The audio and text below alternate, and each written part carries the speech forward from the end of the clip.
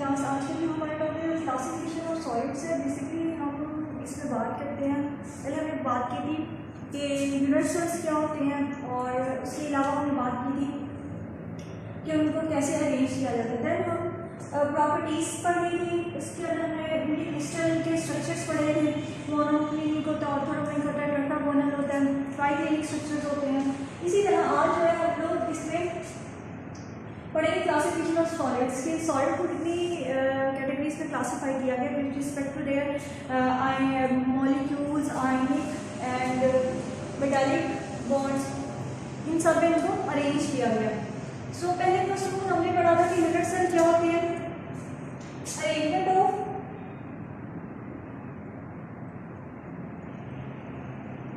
Atom, ions and molecules, atom, ions and molecules. Arrangement हम लोगों ने पढ़ी थी एटम, आयन और मॉलिक्यूल्स की, इसमें हमने डिफरेंट एग्जांपल्स भी पढ़ी थी। देन हम अब क्या करते हैं, इसको क्लासीफाई करते हैं कि हमने इनको कितने में क्लासीफाई किया था। क्लासिफिकेशन कितने में है, आयनिक सॉलिड में, कोवलेंट सॉलिड में, मॉलिक्यूलर सॉलिड में, मेटालिक सॉलिड में। आयनिक सॉलिड में बेसिकली हम बात करते हैं कि कोई पॉजिटिव मतलब कि कैटायन और नेगेटिव चार्ज मतलब कि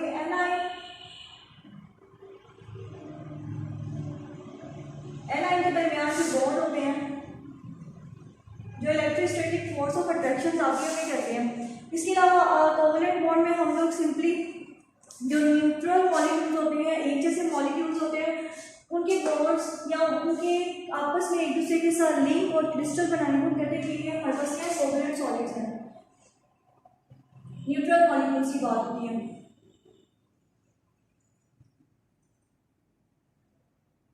मॉलिक्यूलर में हम नॉन पोलर और पोलर मॉलिक्यूल्स की बात करते हैं, non polar and polar molecules. इनकी आपस में लिंकेज और अपने आप को 3 डायमेंशनल शेप में अरेंज करने को हम कहते हैं कि ये non polar and polar molecules और ये मिलकर मॉलिक्यूलर सॉलिड्स बनाते हैं।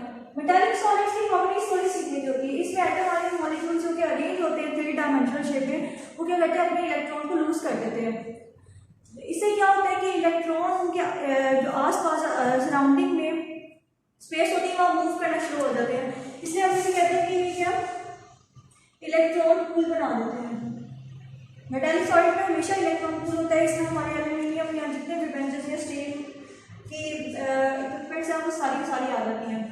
देन हम आज फर्स्ट ऑफ ऑल पढ़ते हैं आयनिक सॉलिड्स क्या होते हैं। आयनिक सॉलिड्स जैसे मैंने पहले भी बताया था, arrangement of cations and anions in 3 dimensional shape.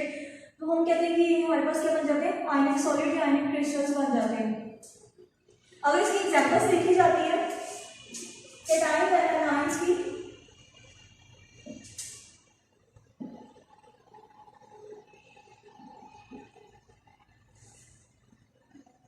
arrangement in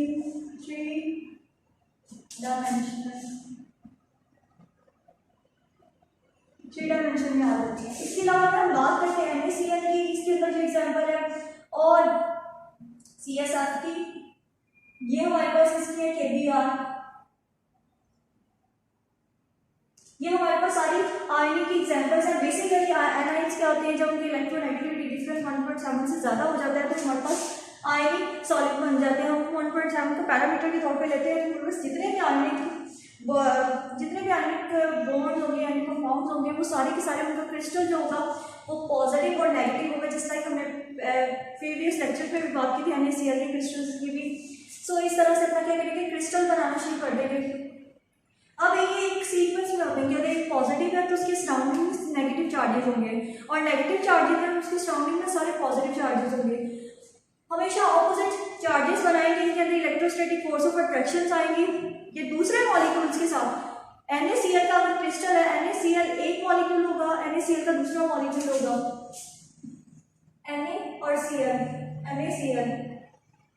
ये क्या करेंगे, ये तो बॉन्ड बनाया हुआ है, यहाँ पर हम NaCl ऐड कर देते हैं तो क्या होगा, ये इससे भी force of attraction, electrostatic force of attraction करेगा, इससे भी करेगा, और ये एक तरह के क्रिस्टल्स हमारे पास फॉर्म होना शुरू हो जाएंगे। इसे हम कहते हैं कि ये क्रिस्टलाइन सॉलिड में कन्वर्ट होना शुरू हो गया।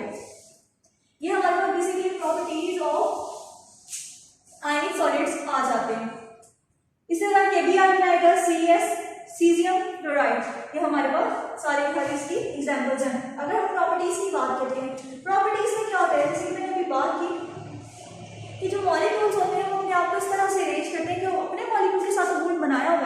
लेकिन अपने से इर्द गिर्द जितने भी मॉलिक्यूल हैं उनके साथ भी बॉन्ड बनाते हैं।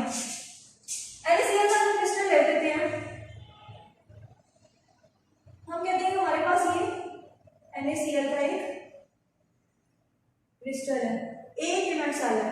इस ये यूनिट सेल मिलेंगे तो हमारे पास एक क्रिस्टल, बड़ा क्रिस्टल बनेगा और हम कहते हैं कि उसके अंदर जो सीक्वेंस होता है एक यूनिट सेल के अंदर, वही पूरे क्रिस्टल के अंदर उनका सीक्वेंस होता है। तो मैं कहती हूँ यहाँ पर Na है तो यहाँ पर Cl होगा, यहाँ पर भी Cl होगा, यहाँ पर Na होगा, यहाँ पर भी Cl होगा, यहाँ Na, यहाँ Cl और यहाँ पर Na।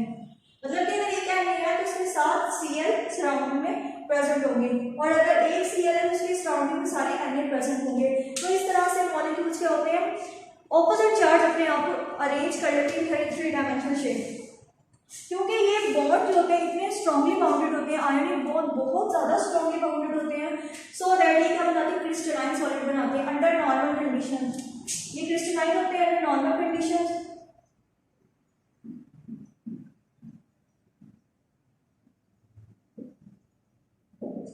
अंडर नॉर्मल कंडीशन ये क्रिस्टलाइन सॉलिड्स हैं। अगर हम लोग टेम्परेचर को और प्रेशर को इंक्रीज ना करें जितना नॉर्मल है 1 एटमॉस्फेरिक है, तो हम कहेंगे ये हमारे पास टेम्परेचर ये क्या है, क्रिस्टलाइन सॉलिड है। अगर हम प्रेशर या टेम्परेचर को इंक्रीज या डिक्रीज कर देते हैं देन ये कन्वर्ट हो जाएगी लिक्विड एंड गैसेस के अंदर। लेकिन under normal condition standard temperature and pressure crystal जो हमारे पास आयोनिक सॉलिड्स होते हैं वो क्रिस्टलाइन फॉर्म में प्रेजेंट होते हैं। क्योंकि इनके अंदर strong electrostatic force of attraction है, वो जो उसने मॉलिक्यूल के साथ किया वो जो किसी और मॉलिक्यूल के उसी सेम मॉलिक्यूल के किसी और एटम के साथ ऑपोजिट चार्ज एटम के साथ उसने बॉन्ड्स बनाए, इलेक्ट्रोस्टैटिक फोर्स ऑफ अट्रैक्शन की है वो इतनी ज़्यादा होती है कि खास एनर्जी चाहिए, सॉलिड अमाउंट ऑफ एनर्जी चाहिए इनको ब्रेक करने के लिए। तो जैसे जैसे हमारा बॉन्ड स्ट्रॉन्ग होता जाता है बेटा वैसे वैसे हमारे पास जो है एनर्जी ज़्यादा चाहिए इनको ब्रेक करने के लिए, सो दैट इनका मेल्टिंग और बॉइलिंग पॉइंट बहुत ज़्यादा हाई होता है। अगर इनकी जो फोर्सेज है वो वीक हों तो हम क्या करेंगे, इनको ब्रेक करने में आसानी होगी। ब्रेक करने में आसानी होगी इसका मतलब है कम एनर्जी चाहिए और एनर्जी हम in the form of heat लेते हैं, सो हमारे पास जिसका मेल्टिंग और बॉइलिंग पॉइंट होगा वो कम होगा अगर वीक फोर्सेज होती है। लेकिन आयनिक बॉन्ड्स है इसीलिए पॉजिटिव और नेगेटिव चार्जेस इतने अपने आप को स्ट्रांगली बाउंडेड किया होता है कि खास मैटेरियल है वो हम in the form of heat लेते हैं सो दैट इनको ब्रेक किया जा सके। सो इनकी हाई मेल्टिंग और बॉइलिंग पॉइंट होता है। थर्ड है हमारे पास occupied minimum state high density. अब ये कैसे होता है, हम बात करते हैं अगर हमारे पास एक पॉजिटिव है और नेगेटिव आ जाते हैं, फिर हमारे पास पॉजिटिव आ जाते हैं और यहाँ पर भी पॉजिटिव हमारे पास मॉलिक्यूल आ गए, या कहते हैं इसकी सराउंडिंग में नेगेटिव है। अगर मैं बात करती हूँ सेकेंड लेयर की, हम कहते हैं different layer atom and molecules बनाते हैं, तो मैं कहती हूँ कि यहाँ पर जो है वो पॉजिटिव आ जाएगा, यहाँ पर भी पॉजिटिव आ जाएगा, जहाँ पर पॉजिटिव है वहाँ पर क्या आ जाएगा, नेगेटिव आ जाएगा। तो ये क्या करते हैं, क्योंकि ये ऑपोजिट चार्जेस होते हैं, ये नेगेटिव और जो नेगेटिव चार्जेस होते हैं वो पॉजिटिव को, कैटायंस जो होते हैं वो एनायंस को अट्रैक्ट करते हैं और एनायंस जो होते हैं वो कैटायंस को अट्रैक्ट करते हैं। यहाँ पर ये कैटायंस है और ये एनायंस है, क्योंकि ये आयनिक सॉलिड है जो डायरेक्शन होती है नॉन डायरेक्शनल होते हैं, किसी भी डायरेक्शन में जाके बॉन्ड बना सकते हैं। जैसे जिसमें पॉजिटिव है उसने नेगेटिव के साथ बनाया, लेकिन दूसरी लेयर उसने नेगेटिव के साथ बॉन्ड बना लिया, इसीलिए ये क्या होते हैं मिनिमम स्पेस ऑक्यूपाई करते हैं, क्योंकि ये नॉन डायरेक्शनल होते हैं। नॉन डायरेक्शनल होने की वजह से किसी भी डायरेक्शन में जाके बॉन्ड बना सकते हैं, इनके कोई अपनी डायरेक्शन नहीं होती, कोई एक खास डायरेक्शन में होती है जिसमें ये बॉन्ड्स बनाएंगे। लेकिन कोवलेंट और अगर हम लोग मॉलिक्यूलर की बात करें तो ये डायरेक्शन होगी, वो एक डायरेक्शन में ही बॉन्ड बना सकते हैं, लेकिन ये डायरेक्शन लेस होती है क्योंकि कैटायन और एनायंस ऑपोजिट चार्जेस है, तो जहाँ पर इनको ऑपोजिट चार्ज मिलता है ये वहीं पर जाकर बॉन्ड बनाना स्टार्ट कर देते हैं। उसके बाद रेडियस रेशियो देखी जाएगा इनकी, बेटा अगर जिनकी रेडियस रेशियो एक जैसी होती है, कुछ एटम आयन मॉलिक्यूल्स एक जैसी रेडियस रेशियो के होते हैं। अब वो कैसे होते हैं, जिसका एक एग्जांपल देती हूँ, NaCl और Cl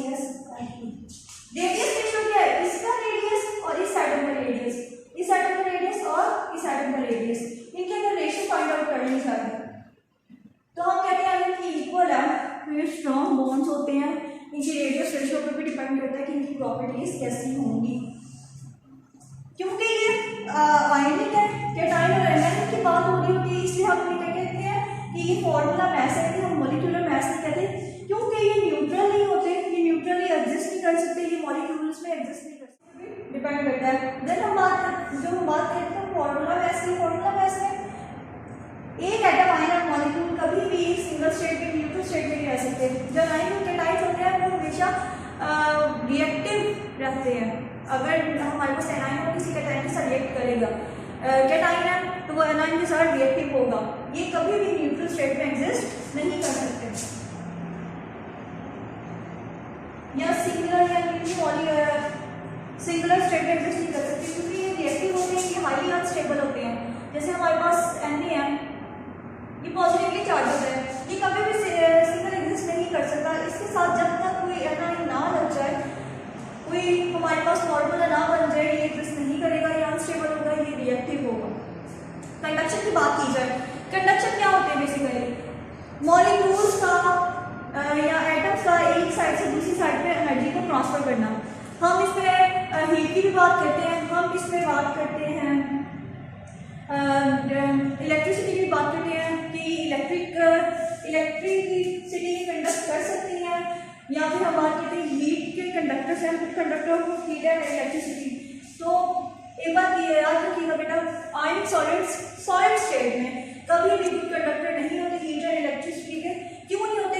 बिकॉज ऑफ कि इनके अंदर जो बॉन्ड्स होते हैं वो इतने टाइटली और इतने स्ट्रॉन्ग होते हैं कि इलेक्ट्रॉन्स को बिल्कुल भी फ्री स्पेस नहीं होती कि वो मूव कर सके। जैसे कि मैं बात करती हूँ पॉजिटिव और नेगेटिव आयन, ये एक दूसरे के साथ इतनी स्ट्रांगली बाउंडेड होते हैं कि यहाँ पर इलेक्ट्रॉन्स जो हैं, इनके इलेक्ट्रॉन्स जो हैं वो फ्री मूव नहीं कर सकते, ना क्लोरीन के इलेक्ट्रॉन्स कर सकते हैं। इसमें क्लोरीन में एनायन के तौर पे ले रही हूँ, सोडियम में कैटायन के तौर पे, ना कैटायन के मॉलिक्यूल इलेक्ट्रॉन्स मूव कर सकते हैं, ना एनायन के मॉलिक्यूल एटम्स, ना एनायन के एटम्स मूव कर सकते हैं, और ना हमारे पास कैटायन के इलेक्ट्रॉन्स जो हैं वो मूव कर सकते हैं। सो जब इनके इलेक्ट्रॉन्स की मूवमेंट नहीं हो सकती, ना कैटायन के ना एनायन के, सो दैट इलेक्ट्रिसिटी ट्रांसफर कैसे होगी? हम कहते हैं कंडक्शन क्या होती है बेसिकली, इलेक्ट्रॉन्स को जब एनर्जी मिलती है तो वाइब्रेशन करते हैं, वाइब्रेशन से वाइब्रेट जब करते हैं तो उस वाइब्रेशन से क्या होता है, एक इलेक्ट्रॉन वाइब्रेशन की, एक इलेक्ट्रॉन से दूसरे इलेक्ट्रॉन में ट्रांसफर हुई, दूसरे से तीसरे में ट्रांसफर हुई, इसने वाइब्रेशन की, इसने वाइब्रेशन की, इसने वाइब्रेशन की, तो क्या होगा, एक साइड से वन साइड से अनदर साइड पे इलेक्ट्रिसिटी क्या होना शुरू हो जाएगी, पास होना शुरू हो जाएगी।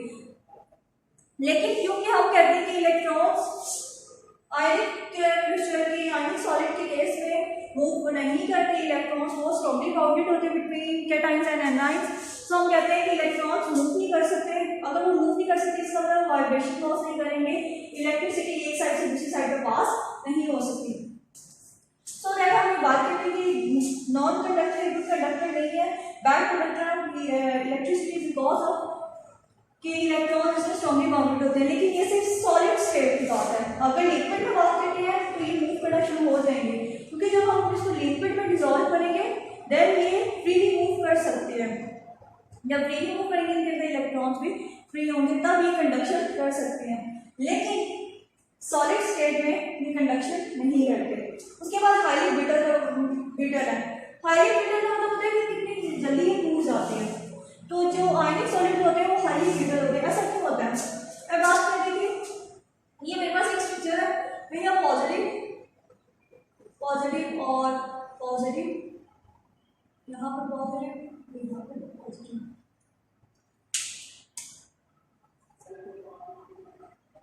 नेगेटिव की बात करें, यहाँ पर नेगेटिव की बात करें,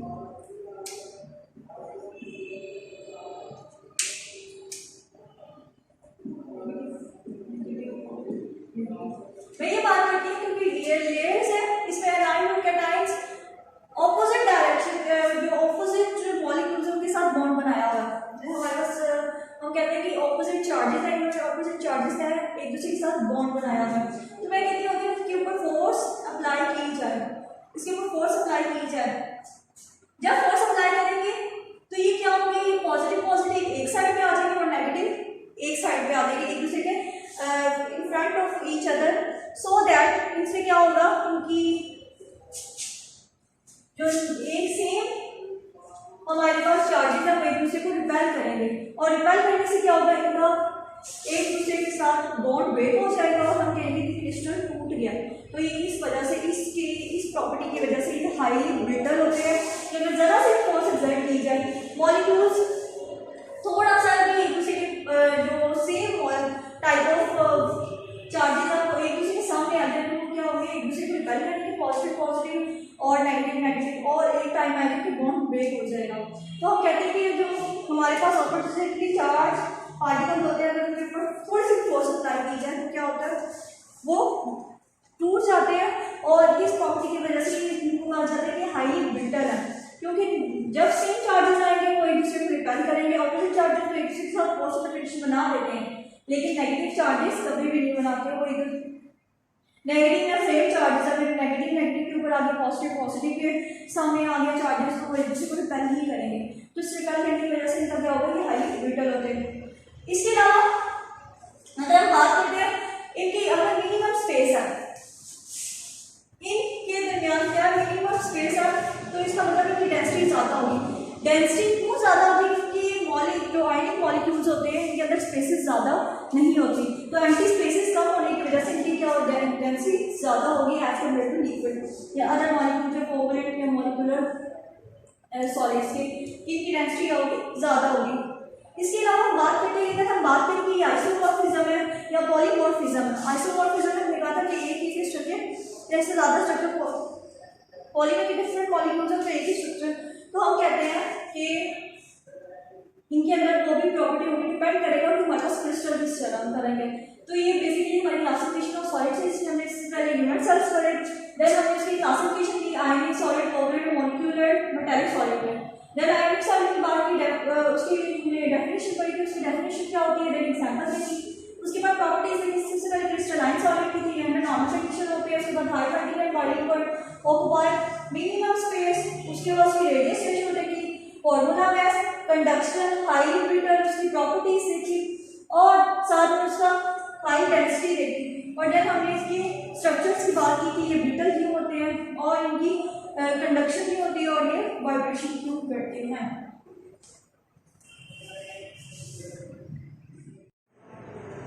नेक्स्ट है हमारे पास कोवलेंट सॉलिड सॉलिड की क्लासिफिकेशन, सेकंड क्लासिफिकेशन है कोवलेंट सॉलिड। कोवलेंट सॉलिड में क्या होता है कि न्यूट्रल मॉलिक्यूल्स, हम कहते हैं न्यूट्रल एटम्स अपने आप को 3 डायमेंशनली अरेंज करते हैं, इससे हम यूजुअल हमें कहते हैं कि एटॉमिक सॉलिड्स हैं, एटॉमिक सॉलिड्स, क्योंकि इसमें हम बात करते हैं कि न्यूट्रल जो एटम्स होते हैं अपने आप को 3 डायमेंशनल शेप में अरेंज कर लेते हैं और इन्हें सीक्वेंस करते हैं, एक यूनिक सीक्वेंस में करते हैं, सो दैट हम कहते हैं कि हमारे पास क्या एटॉमिक सॉलिड्स हैं। अगर इनकी एग्जांपल देखी जाए तो हमारे पास डायमंड आ जाता है, आयोडीन आ जाता है, बोरोनाइट्राइट आ जाता है। इसके अलावा हम बात करते हैं हमारे पास कैडमियम आ जाता है, ये सारी की सारी चीज़ें हमारे पास क्या आ जाती है, इसकी एग्जाम्पल्स हैं। अब कोवलेंट सॉलिड जो कि हम कहते हैं कि हमारे पास एटॉमिक सॉलिड्स भी है, ये दो टाइप्स के होते हैं। फर्स्ट टाइप है गेन मॉलिक्यूल्स, कोवलेंट एटम या कोवलेंट सॉलिड मिलते हैं और हमारे पास एक गेन मॉलिक्यूल बना देते हैं, यहाँ पे कोवलेंट सॉलिड मिलते हैं और लेयर फॉर्म कर देते हैं। अब गेन मॉलिक्यूल है, बड़ा है, जॉइंट है, तो हम कहते हैं इसमें डायमंड की एग्जाम्पल आ जाएगी, एल्यूमिनियम नाइट्राइड की एग्जाम्पल आ जाएगी। और अगर लेयर में कोवलेंट सॉलिड अपने आप या कोवलेंट क्रिस्टल्स अपने आप को अरेंज कर रहे हैं तो हम कहते हैं कि इसमें कैडमियम आयोडाइड, बोरोन नाइट्राइड और ग्रेफाइट की एग्जाम्पल आएगी।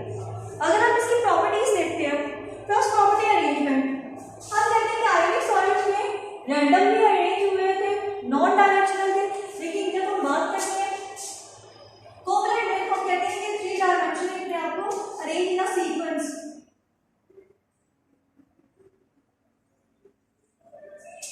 अरेंज इन 3 डायमेंशनल शेप,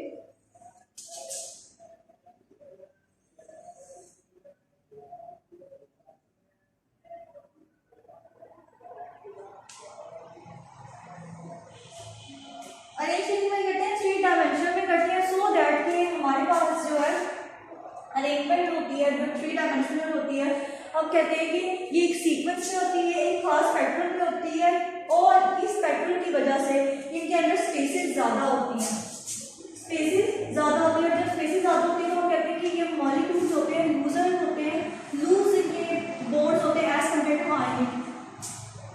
आयनिक और मेटालिक सॉलिड से इनके जो बॉन्ड्स हैं वो लूज होते हैं, बिकॉज ऑफ ये अपने आप को एक सीक्वेंस में 3 डायमेंशन शेप में अरेंज करते हैं, और इस अरेंजमेंट की वजह से इनके अंदर स्पेसेस ज़्यादा होती हैं।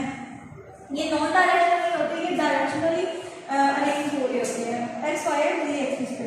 इसके बाद हमने कंडक्शन की बात की है, जैसे कि हमने आयनिक सॉलिड्स में पता था कि इलेक्ट्रॉन स्ट्रांगली बाउंडेड होते हैं, इसी तरह कोवलेंट के अंदर भी इलेक्ट्रॉन स्ट्रांगली बाउंडेड होते हैं।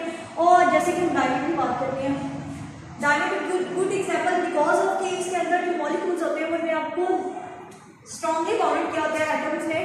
सो हम कहते हैं कि ये सबसे स्ट्रॉन्ग है, ये ब्रिटल नहीं होता, इसको इजीली तोड़ा नहीं जा सकता, ये ब्रिटल नहीं होते, क्योंकि इसकी वजह क्या है कि ये अपने आप को स्ट्रांगली बाउंडेड किया होता है, इलेक्ट्रॉन इसमें मूवमेंट नहीं हो रही होती। लेकिन अगर हम बात करें ग्रेफाइट की, ग्रेफाइट की एक यूनिक प्रॉपर्टी है कि ये सम डायरेक्शन में, यहाँ बात करते हैं कि सेम डायरेक्शन कह रहे हैं, सेम डायरेक्शन में ये अपने आप को अरे क्या कहते हैं, ये कंडक्शन कर सकते हैं हीट एंड इलेक्ट्रिसिटी की।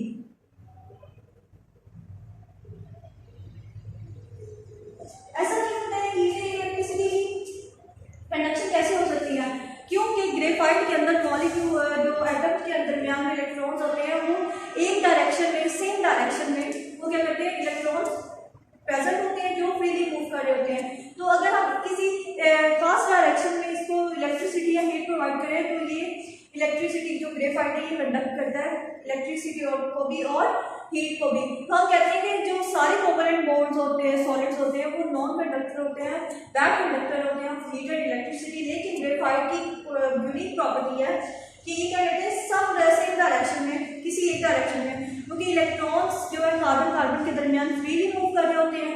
तो जब हम इलेक्ट्रॉन पास करवाएंगे इसकी वाइब्रेशन होगी इलेक्ट्रॉन इलेक्ट्रॉन की, और हीट ट्रांसफर होगी from one side to another side. इसके अलावा हम बात करते हैं थर्ड ऑप्शन है, उसका है high melting and boiling point. High melting and boiling point क्यों होता है, क्योंकि इलेक्ट्रॉन स्ट्रांगली बाउंडेड होते हैं। जब इलेक्ट्रॉन स्ट्रांगली बाउंडेड होंगे इसका मतलब है कि उनको एनर्जी चाहिए ब्रेक करने के लिए, और वो एनर्जी फॉर्म ऑफ हम हीट लेते हैं या फॉर सम सॉर्ट ऑफ। सो हम क्या कहते हैं कि स्ट्रांगली जो स्ट्रॉन्ग एनर्जी होती है उसे हम कहते हैं कि ये स्ट्रांगली बाउंडेड है और इनको ब्रेक करने के लिए एनर्जी चाहिए। एनर्जी की फॉर्म ऑफ हम हीट लेते हैं तो हम कहते हैं कि इसका मेल्टिंग पॉइंट भी हाई होता है, बॉइलिंग पॉइंट भी, क्योंकि कोई चीज़ जितनी ज़्यादा स्ट्रॉन्ग होगी, जितनी ज़्यादा स्ट्रांगली बाउंडेड होगी, हम कहते हैं कि उसको उतना ही मुश्किल है तोड़ना, उसके लिए ज़्यादा एनर्जी चाहिए। उसके बाद हम बात करते हैं सॉल्युबिलिटी की। जो कोवलेंट बॉन्ड्स होते हैं वो इनसॉल्युबल होते हैं वाटर। वाटर कहते हैं इनसॉल्युबल होते हैं, क्यों इनसॉल्युबल होते हैं, बिकॉज ऑफ जैसे हम बात करते हैं डायमंड की, डायमंड का साइज बड़ा होता है और अगर इसको वाटर में ऐड करते हैं तो ये वाटर में डिजॉल्व नहीं होता, सॉल्युबल नहीं होता, बिकॉज इसके लार्ज साइज की वजह से डायमंड के जो वाटर के मॉलिक्यूल्स होते हैं उसके साथ इंटरेक्ट नहीं कर पाते और सॉल्युबिलिटी डिक्रीज हो जाती है इनसॉल्युबल, और वो चीज़ सॉल्युबल नहीं रहती, इनसॉल्युबल होती है। इसलिए कहते हैं कि जितने भी कोवलेंट सॉलिड्स हैं वो सारे के सारे वाटर के अंदर इनसॉल्युबल होते हैं, डिजॉल्व नहीं हो सकते, बिकॉज ऑफ इनके लार्ज साइज होते हैं और वो लार्ज साइज की वजह से इनके साथ इंटरेक्ट नहीं कर पाते। तो ये हमारे पास कोवलेंट क्रिस्टल से या कोवलेंट सॉलिड्स की बात हो रही थी, और इनके एटॉमिक सॉलिड भी कहते हैं क्योंकि इनके अंदर जो एटम होते हैं, न्यूट्रल एटम होते हैं, वो एक दूसरे से बॉन्ड बना देते हैं। अब ये दो टाइप होते हैं, गेट मॉलिक्यूल एंड लेयर्ड। उसके गेट मॉलिक्यूल में जब कोवलेंट सॉलिड में बड़ा बॉल बना देंगे, बड़ा क्रिस्टल बना देंगे, डायमंड, एल्यूमिनियम नाइट्राइड, लेयर में cadmium iodide, boron, nitride, graphite की बात की। देन हमने इसकी प्रॉपर्टीज देखी, arrangement, conduction, high melting and boiling point and solubility. Arrangement में हमने बात की कि 3 डायमेंशनली अरेंज होते हैं। कंडक्शन में बात की कि सारे बैड कंडक्टर है, लेकिन सिर्फ ग्रेफाइट की यूनिक प्रॉपर्टी है कि वो किसी सेम डायरेक्शन में क्या कहते हैं इलेक्ट्रिसिटी को कंडक्ट कर सकते हैं, क्योंकि उनके दो एटम्स के दरमियान जो इलेक्ट्रॉन्स होते हैं वो फ्रीली मूव कर रहे होते हैं एक से खास डायरेक्शन में। अगर डिफरेंट डायरेक्शन है तो तब इलेक्ट्रिसिटी कंडक्ट नहीं होगी। उसके बाद high melting and boiling point, because of कि हम बात करते हैं कि एटम्स अपने आप को स्ट्रॉन्गली बाउंडेड किया होता है एक दूसरे के साथ, इसलिए इनकी melting and boiling point high होते हैं क्योंकि एनर्जी ज़्यादा चाहिए इनको ब्रेक करने के लिए। Solubility, due to its large size, crystal की साइज की वजह से हम कहते हैं कि सॉल्युबिलिटी क्या हो जाती है, डिक्रीज हो जाती है और जो वाटर है वो इस फ्रीलिंग क्रिस्टल्स के साथ इंटरेक्ट नहीं कर पाता। लेकिन अगर आयनिक की बात करें तो आयनिक में हम कहते हैं कि वो सॉल्युबल होते हैं वाटर के अंदर, क्योंकि जब आयनिक सॉलिड्स को वाटर के अंदर डिजोल्व किया जाता है तो आयनिक के मॉलिक्यूल्स स्प्लिट हो जाते हैं, कैटायन एनायन अलग हो जाते हैं और वाटर के साथ इंटरेक्ट करती है। लेकिन कोवलेंट के लार्ज साइज की वजह से क्रिस्टल के ये इनसॉल्युबल होते हैं क्योंकि वाटर इनके साथ इंटरेक्ट नहीं कर पाता। सो ये आज का हमारा टॉपिक था जिसमें हमने क्लासिफिकेशन ऑफ सॉलिड्स पढ़ा था, हमने आयनिक सॉलिड्स पढ़ा था, हमने कोवलेंट सॉलिड्स पढ़ा, उनकी प्रॉपर्टीज देखी।